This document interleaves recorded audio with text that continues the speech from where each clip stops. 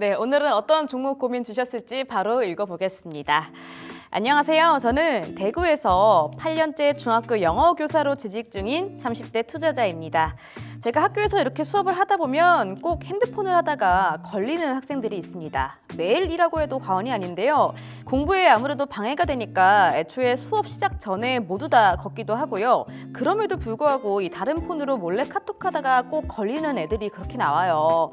처음엔 이것 때문에 진짜 징하게 실랑이를 그렇게 했는데 제가 한번 퇴근하면서 생각을 해보니 아니 이렇게 학생들까지 죽고 못 사는 카카오톡 이게 학교에서는 큰 문제거리지만 투자에는 좋을지도 하면서 투자 관점으로서의 카카오를 보게 됐습니다.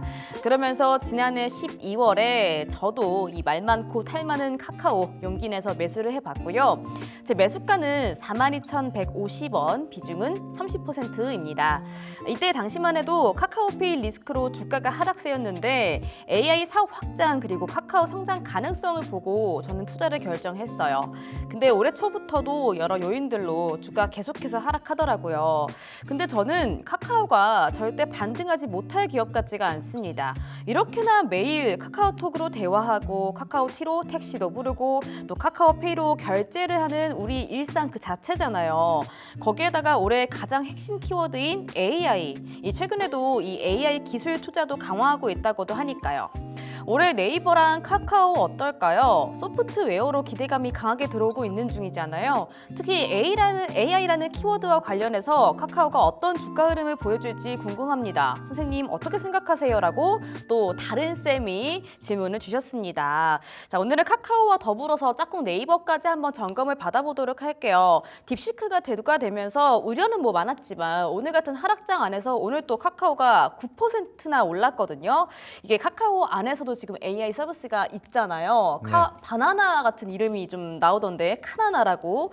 이게 카카오 상반기에 이 반등을 할 수 있는 요인으로 작용을 할지가 좀 궁금하긴 해요. 네, 일단은 사실 AI에 대한 뭐 서비스적인 측면도 있지만 네. 사실은 이제 울 센트먼이 지금 방한을 한다라고 얘기를 하게 되면서 이 오픈 AI에 대한 협업 이 부분이 사실 좀 부각이 됐다라고 좀 보시면 될 것 같거든요. 그쵸. 그래서 지금 당장은 일단은 뭐 재료가 남아 있는 상황이고 또 이제 내일 뭐 방한을 하게 돼서 또 여기서 어떤 논의가 나타날지 좀 이런 기대감을 좀 가지고 있는 상황이기 때문에 단기적으로는 충분히 상승이 나올 수 있다라고 생각을 합니다. 그런데 지금 뭐 네이버도 그렇고 사실 카카오도 그렇고 좀 주가가 상승이 나오기 위해서는 정말 뭐 챗 GPT나 뭐 이런 것처럼 확실한 이 AI 서비스가 뭔가 나와야 우리가 좀 상승을 기대해 볼 수 있지 않을까라는 생각을 하거든요. 그래서 지금 카나나를 좀 준비를 하게 되면서 이 부분이 정말 출시가 되고 그래서 챗 GPT라든지 뭐 다른 이런 AI 서비스와 조금 어느 정도 경쟁을 할 수 있을 만한 그런 모습을 좀 보여줘야 될 거라고 생각을 하거든요. 그래서 출시 이후에 만약에 생각보다 이제 기대에 못 미치는 그런 성능을 좀 보여준다라고 한다면은 또다시 주가는 좀 눌릴 가능성이 좀 높다라고 보거든요. 그래서 지금 사실 네이버나 카카오 같은 경우에 이런 AI와 관련된 이슈로 움직인 기간은 사실 얼마 안 되거든요. 상승폭도 크지 않았던 게 왜냐하면 우리가 지금 이 네이버나 카카오를 이용을 할 때 사실상 AI 서비스를 좀 볼 수 있는 거는 크게 많지가 않거든요. 뭐 이커머스에 대한 부분, 뭐 AI 알고리즘을 통해서 내가 원하는 뭐 그런 제품들을 보여주고 이런 거는 사실 예전부터 좀 있어 왔기 때문에 크게 놀라울 서비스는 아니거든요. 네, 그래서 뭔가 챗 GPT 같은 그런 뭔가 이런 서비스들이 좀 출시가 되어야만 확실한 좀 모멘텀을 가지고 좀 올라갈 수 있지 않나라는 생각을 하는 부분이고 특히나 지금 뭐 네이버랑 카카오를 같이 보더라도 네이버가 지금 조금 더 좋은 흐름을 이어가고는 있죠. 네.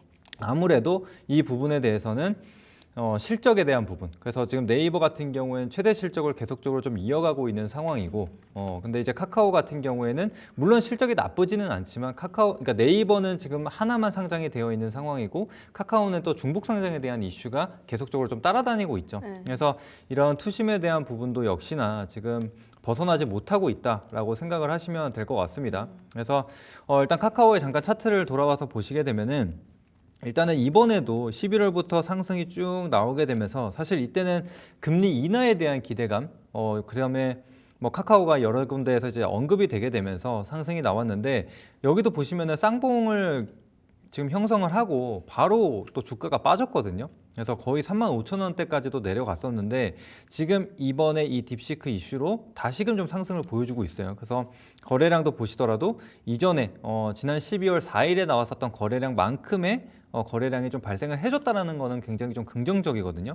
근데 지금 같은 경우에 또다시 이 47,500원 부근에서 저항을 받을 수 있다는 거는 우리가 좀 염두에 두고 보셔야 될 것 같습니다. 그래서 지금 확실하게 지금 42,500원 구간 상단에서 안착을 해주고 그다음에 47,500원 구간을 확실하게 상향 돌파하는 것을 좀 확인을 해야만 우리가 계속적으로 가져갈 수 있지 않을까라는 생각을 하거든요. 그래서 일단은 내일이 좀 중요할 것 같습니다. 여기서 오픈 AI와 어떤 정말 협업을 좀 이뤄갈 것인가 거기에 대한 부분이 좀 공개가 된다라면은 그러니까 좋은 얘기가 나와야겠죠, 당연히. 그래서 좋은 얘기가 나오게 된다면은 충분히 좀 돌파는 할 수 있지 않을까. 지금 워낙에 지금 그 AI와 그다음에 뭐 딥시크나 이런 부분에 있어서 굉장히 시장에 크게 영향을 주고 있기 때문에 그런 부분에 있어서는 긍정적으로 볼 수 있지 않을까라는 생각을 합니다. 근데 이제 카카오 같은 경우에는 워낙에 앞서 말씀드린 대로 뭐 중복 상장이라든지 아니면 뭐 오너 리스크라든지 이런 것들에 있어서